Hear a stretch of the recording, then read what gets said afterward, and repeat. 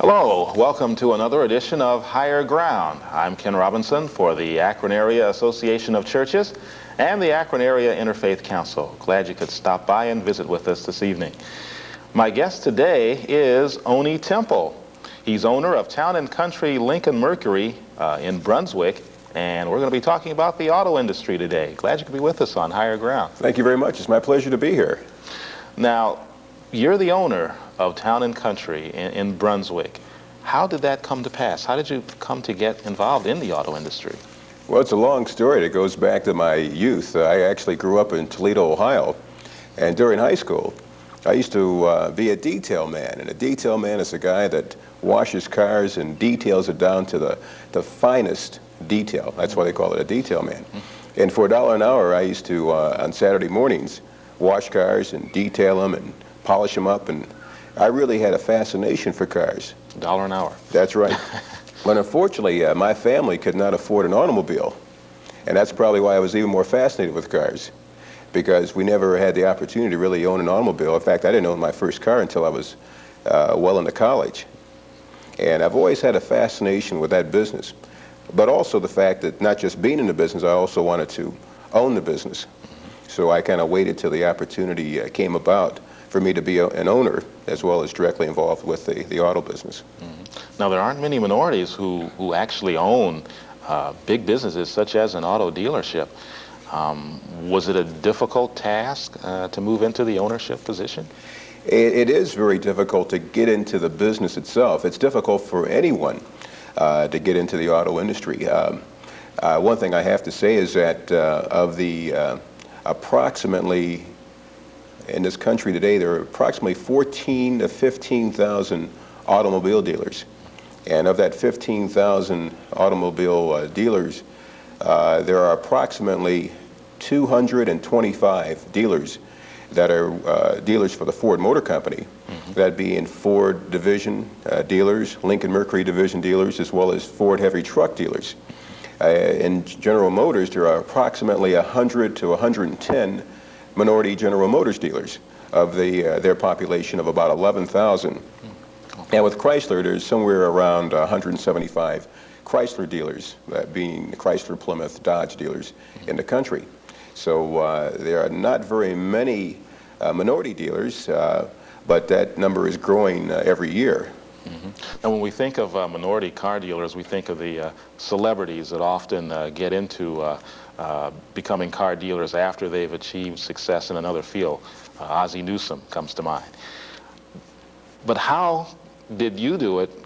You know, you mentioned working for $1 an hour, coming from not a privileged background. How did you move into this fast-paced business? Well, I was very fortunate. To kind of give you, I guess, a little bit of my background, my first real job in the business world was with IBM back in 1972. I was an IBM salesman. I was a marketing rep and sold systems for IBM. And that kind of started my entry into the business world, period.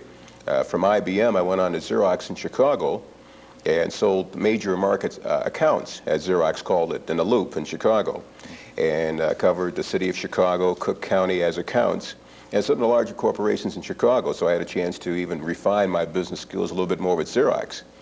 From Xerox, I moved over to McDonald's Corporation, headquartered in Chicago, and joined their corporate staff in 1976. While I was at McDonald's, I had the opportunity to meet Ray Kroc, the founder of McDonald's, while I was there. He invited me to come to his office one day after I was awarded a design patent for a high chair that I designed while I was at McDonald's. Oh my. You may have noticed it, and it was a wooden high chair made of wood, and it had no tray on it, kind of like an A-frame high chair. But the high chair provided an opportunity for an infant to sit at the table with the rest of the family, thus bringing them a little closer together, versus the current high chair, which is still used in some of the restaurants, where you have a tray, and they call it the Rolling Ronald high chair. And we had a chance to work on that and meet Ray Kroc, and I spent 10 years with McDonald's in various corporate jobs. I was a regional manager with McDonald's. I covered many different departments and facets of the company, and it was a very enjoyable experience. So there's another step that helped me refine my business skills. And while I was with McDonald's, and I happened to be stationed in the St. Louis area at the time, covering about 8 states, I met a gentleman who owned a dealership. And for the first time, I met someone just like myself, a minority, that had a business, and he was an auto dealer. And I was very impressed with that fact because he had an Oldsmobile Chevrolet dealership. He's a very personable gentleman, knew a lot about the business. And I purchased a car from him. In fact, I bought I remember a 1980 Oldsmobile station wagon from this gentleman. And I was very curious about the business because after being somewhat involved in it when I was in high school, I was still somewhat curious about the business. And I thought about that, kind of filed it in the back of my mind.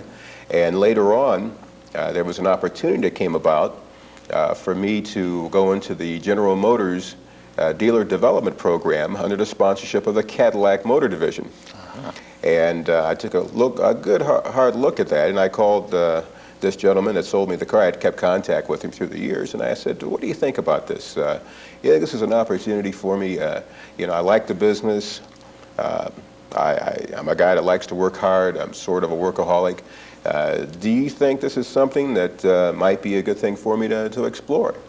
And he says, well, it depends. You know, if you feel that you have the ability to work the long hours necessary and certainly pay your dues in the business, you know, while you're getting yourself established, once you do find a dealership eventually and operate it, if you're willing to pay the dues necessary, it can be a very fulfilling business for you and your family. And with that, I took a good look at it, discussed things with my wife. At the time, I only had I had 2 children. I now have 3. But we took a good look at it, and we decided to make the commitment and pursue the automobile business. And I went through the General Motors Dealer Development Program, which was located at the General Motors Institute, GMI in Flint, Michigan. And I spent 18 months going through that program.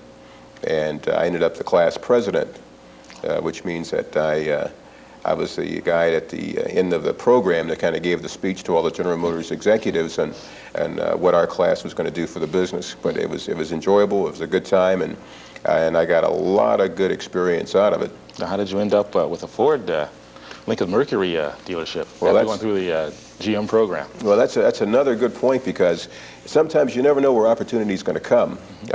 When you go through the GM dealer training program, they place you with dealerships that you will train at. And of course, the dealer there will kind of take you under his wing and show you how he operates that dealership, how he operates that business. You know, what are the ways that business works? What are the dynamics of the auto business and the various departments and profit centers that the business has? And I was very fortunate, once again, I was very blessed to be with a dealer that was one of the largest General Motors dealers in the country. The Faulkner organization in Philadelphia. They have 25 franchises in 20 different locations. And I worked with Henry Faulkner, who was the grandson of the founder of the Faulkner organization, which was founded back in the early 30s. And because of that, I happened to be in Henry Faulkner's office one day when a representative from Ford came in to kind of make a call on the Faulkners. And the Faulkners had no Ford dealerships. Oh, my. And they stopped in to say hi to Henry, and I happened to be in his office and introduced me as a dealer candidate for General Motors. And I had looked at a number of General Motors dealerships at the time, and none really fit my personality and where I wanted to live, because that was important to me, where the dealership was located, because I wanted to be close to an urban area, at least within driving distance, so that we can be close to a church that we wanted to join and be involved in, as we always have been, close to an area that would be culturally satisfying for my family and my children. And I turned on a number of points, mainly because they just weren't close to areas that would be fulfilling for my family, and that was very, very important to me. So you ended up here in the greater Akron area, Akron, Medina, Brunswick area. That's right. In fact, after I talked to the gentleman from Ford, he got in touch with me afterwards, and I had a number of contacts with the folks at the Ford Motor Company in Detroit, and looked at a number of dealerships. And one day I got a phone call from a district sales manager located in Cleveland for the Lincoln-Mercury division, telling me about an opportunity in Brunswick, Ohio. Now, I have to tell you that I grew up in Ohio. I grew up in the Toledo area, And I had never heard of Brunswick before. And I didn't realize Brunswick was so close to Cleveland and so close to Akron. So I flew into town and met with them, toured the area, took some photographs of the facility. The facility was pretty worn out. I needed some help. I needed some work. I took some notes. I did my homework, which is the main thing you have to do. You have to do a lot of research and look at the past numbers and the past track record of the dealer that was operating in that facility to really see what potential you might have. But I also did one other thing, too, that I learned when I was in McDonald's, and that is when we look for real estate sites, we look at traffic areas. In other words, areas that generate traffic, high traffic areas. And we used to employ what's called the 4-minute drive. You do a 4-minute drive in all 4 directions from the location that you're looking at to see where are the traffic generators. Exactly. So I employed that technique, and I saw a couple of interesting things. I saw good shopping. I saw brand new construction, new homes. I also saw, not too far to the north, a nice Ford Motor Company engine plant right near the airport, along with a castings plant right next door to it. And because of that, I asked a few more questions. Where do these employees live? And I discovered they live in Medina County. They live in Strongsville. They live in the west area of Cleveland. And that provides a very good base of business for us because Ford employees enjoy what's called a special purchase plan called the A plan, which enables them to buy a car at a very reasonable price from the Ford Motor Company.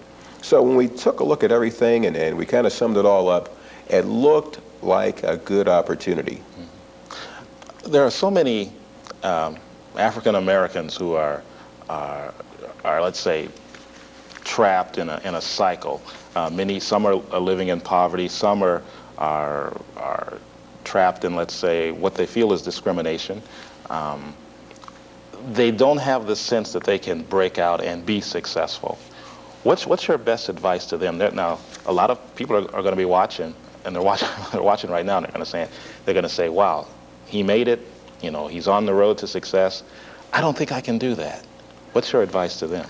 Well, my first advice would be to take a good look at yourself. Look in the mirror and say to yourself, I can do it. Because anybody that wants to do it badly enough can be a success. Now, I'm not saying I'm a complete success. I've done a lot of things, and I've tried to do things the right way, but I have a lot of things I want to do.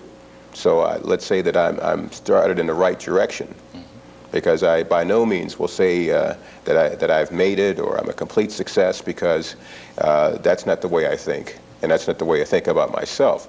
But I will say this, I pretty much set up a plan for myself and a timetable, and I had a lot of belief in myself and my abilities to do things, because there are many times when you'll be faced with obstacles.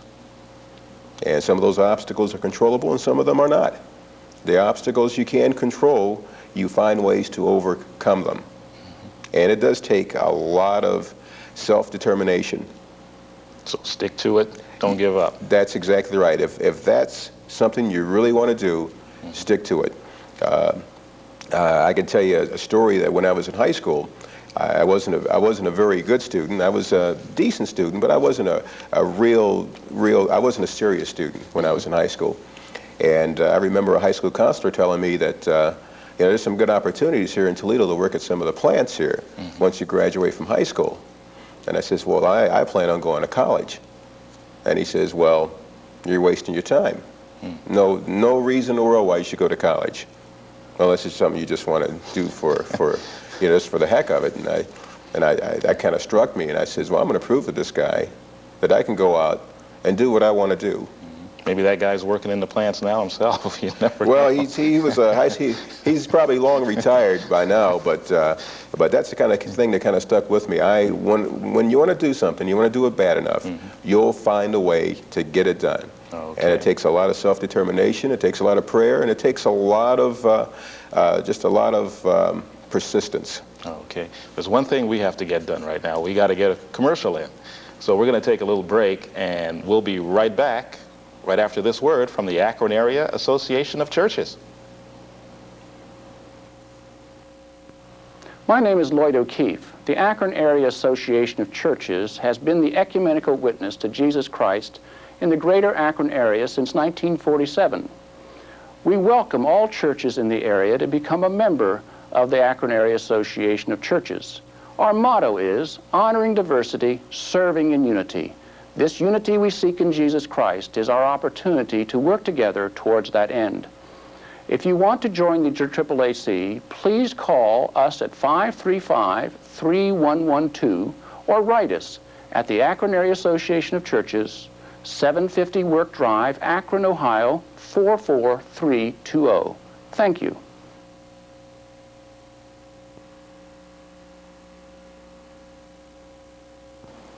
Welcome back to the second half of Higher Ground. I'm Ken Robinson. Glad you could be with us here on Warner Cable Channel 7. In fact, we'd like to invite you to tune in every Tuesday, beginning at 6 o'clock. Watch all the shows produced by the Akron Area Association of Churches, and I think you'll find them most enlightening and a little bit of fun, too.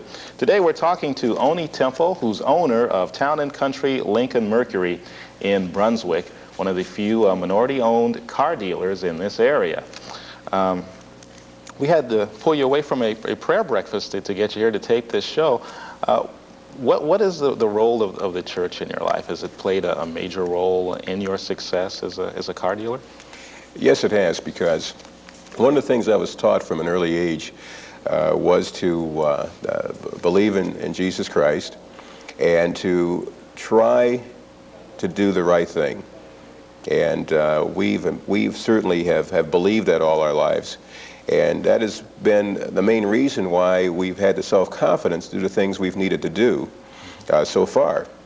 And my beliefs go back a long way. My wife and I both are members of First Apostolic Faith Church here in Akron. In fact, my wife is involved in the Vacation Bible School every summer. And we enjoy our church very much. I will say this: when you're in business, our business is a kind of business that it's open many long hours. Mm-hmm. In fact, we're open Monday and Thursday evenings till 9, and then we're open the rest of the week till 6 o'clock. Of course, we're always closed on Sunday.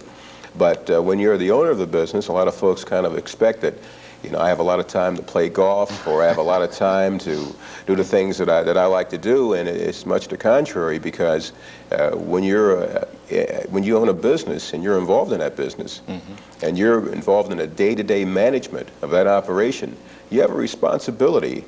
And I have 28 employees that work for me that have families, that have goals and aspirations for their family, and it's very, very important to me, you know, that I do what's necessary to take care of the business and the employees that work for me, because it is important. There's an old saying that a company's biggest asset are the people that work for the company, and that's very, very true, especially in our business. Mm-hmm. Now, you probably know some of the feelings that some people have about car dealers and salesmen, and there's probably a few people out there that are saying, well, gee, how can you be a Christian and a car dealer? Well, unfortunately, there's been a very few, and as you know, in most things, very, very few of a group will get the most publicity. And there are a few car dealers that have done some things that are not right. Mm-hmm. And that's very, very unfortunate, because that, on a whole, is not the industry. The industry as a whole runs a very honest operation, an operation that does things the right way, that is very, very sensitive to customer satisfaction and making sure that the customer gets the level of service that they demand and require. And that's the way we run our business. Mm-hmm. And unfortunately, there are many car dealers that have been around for a number of years that started out that way but kind of lost their way, and now, sort of because of their reputation, they feel that they can do things a little bit differently, or maybe not do things the basic way that got them there in the first place. Well, we just feel in doing things the right way right from the beginning, and that's our philosophy, and that's the way it always will be. Mm-hmm. Now, those Lincoln-Mercurys and Fords are about the hottest cars around. You can't drive anywhere without seeing dozens and dozens of Tauruses and Sables. And what lies in the future for Ford? Those new designs just really took the auto industry by storm a few years ago. What's ahead for Ford? Are they going to be able to stay ahead of General Motors profit-wise? Yes, I believe that the Ford Motor Company will be able to do that. And being a dealer, we from time to time, we get a look at some of the advanced sketches and renderings that some of the designers have put together. And I have to tell you, some of the things I've seen on the drawing board are going to be absolutely fantastic. The Sable and Taurus, when it was designed in the early 80s, and the new Topaz, the new Continental, the new Town Car, that is just the beginning of many, many sharp designs for Ford Motor Company cars, whether it be Lincoln-Mercury or Ford division vehicles, meaning Ford cars and trucks. There's some very, very nice things that are going to happen. In fact, some of them happened this year. The 1990 Town Car was this year's Motor Trend Car of the Year. Oh, yes, it was redesigned. Yes, it was. It was the first luxury car to win that award in many, many years. And also this year, our division is coming out with a convertible, a nice two-seater convertible with a small back seat. So it really isn't a two-seater. It's really a front and back seat car, which is nice for insurance ratings. But that car will be out in June, and it is a fantastic design. It's a design that was co-engineered by Ford and Mazda, and it's manufactured in Australia. And it's one of the sharpest convertibles, I think, that are going to be in the marketplace this summer. Now, you mentioned Mazda. Ford has been working very close with Mazda, and I understand they're also working with Nissan to bring out a van that they're making here in Ohio. Foreign competition. Have the major automakers decided that they can't beat the Japanese, and now they're going to work with them? Is that the major stance now? Well, I think that the automakers today, of course, have realized, and I think they've realized for a long time now, since the late 70s, that the Japanese automakers make a pretty good product. But now, I think that the American domestic manufacturers, especially Ford, have now gotten a lot closer with the quality of the way the cars are manufactured and engineered. Some of that came through some projects done jointly with Nissan and Mazda. The Ford Motor Company, of course, is a 25% owner of Mazda, and of course have done a number of projects together. The Ford Probe was a Mazda Ford project. Another car that is in that vein is the Capri, which is a convertible I just mentioned, that's manufactured in Australia. That's done with much Mazda and Ford cooperation.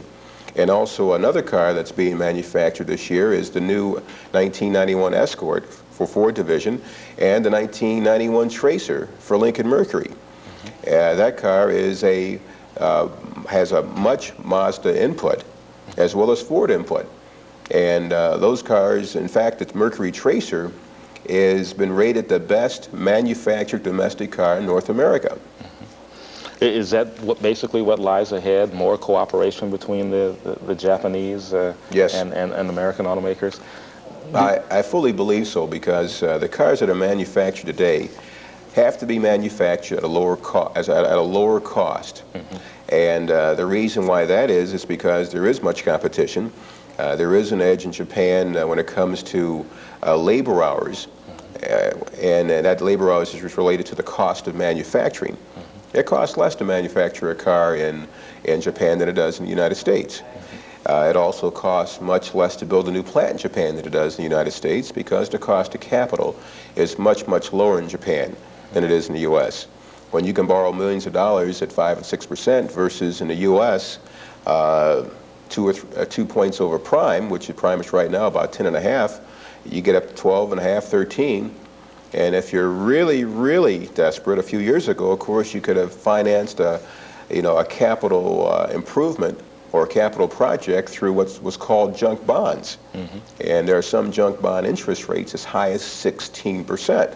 That's true. And that's one of the reasons why you're seeing restructuring of some of the U.S. corporations now that are hitting those 16% interest rates for debt service, and it's causing a few problems. Do you ever think there'll be a reversal of the trend where the American automakers will be the dominant force here in this country again, or are those days long past? And Well, I think it'll happen. First, we have to get even, and that's happening very, very rapidly. But there'll be a time when folks will perceive our cars to be just as good as the Japanese cars. But you have to understand, Japanese cars have a very positive aura about them. Now, not every Japanese car is made as well as a Honda, because a Honda is I view it as the best made Japanese car there is. But not every Japanese car is made as well as a Honda, just like every domestic car is not built as well as a Ford or a Lincoln-Mercury product. Okay. But they do get very good publicity, and that aura kind of spreads throughout the cars made in Japan and by Japanese companies. And that will happen in the U.S. General Motors is coming back, and they're coming back very strongly. They've just changed chairman. Bob Stemple is now going to be the chairman of General Motors. He's an engineer by training, and I think that he will bring General Motors into a brand new type of company, and that'll be very good for the auto industry as a whole. Now, what about Chrysler? We've heard over the years that Chrysler is still in big trouble, that they're losing their share, they're having trouble with sales, losing money. Some people predict that Chrysler won't even be around when 2000 rolls in. Well, there are going to be some changes to the Chrysler Corporation. There's no doubt about it. They took on Renault, and of course bought out AMC, which was owned by Renault, and they took on quite a bit of debt, and they took on quite a few facilities that were outdated and not very streamlined, which is what you have to have today. And Chrysler's going to restructure, but they're run by very, very good managers. Lee Iacocca, who is a good car marketing man, and also has good cost cutters on his staff. They will go to work, and it's going to be there's going to be some pain involved within Chrysler, but they will get to the point where they will do what's necessary to survive. And while they do that, of course, they do have to improve the quality of the manufacturing of their vehicles. All righty, that was a quick half hour. We're just about out of time already, but it's been very enlightening, very interesting, and very fascinating. We certainly wish you much success as you continue. And we want to thank you once again for dropping by the Higher Ground Studios here to share all this wonderful information with us. Thank you very much. It was certainly my pleasure to be here today. Our pleasure, too. You've been watching Higher Ground. I'm Ken Robinson. Our special guest has been Onie Temple, owner of Town & Country Lincoln-Mercury in Brunswick, Ohio. Well, that wraps up today's show. I want to thank you once again for tuning in. Hope you'll tune in next time for another edition of Higher Ground.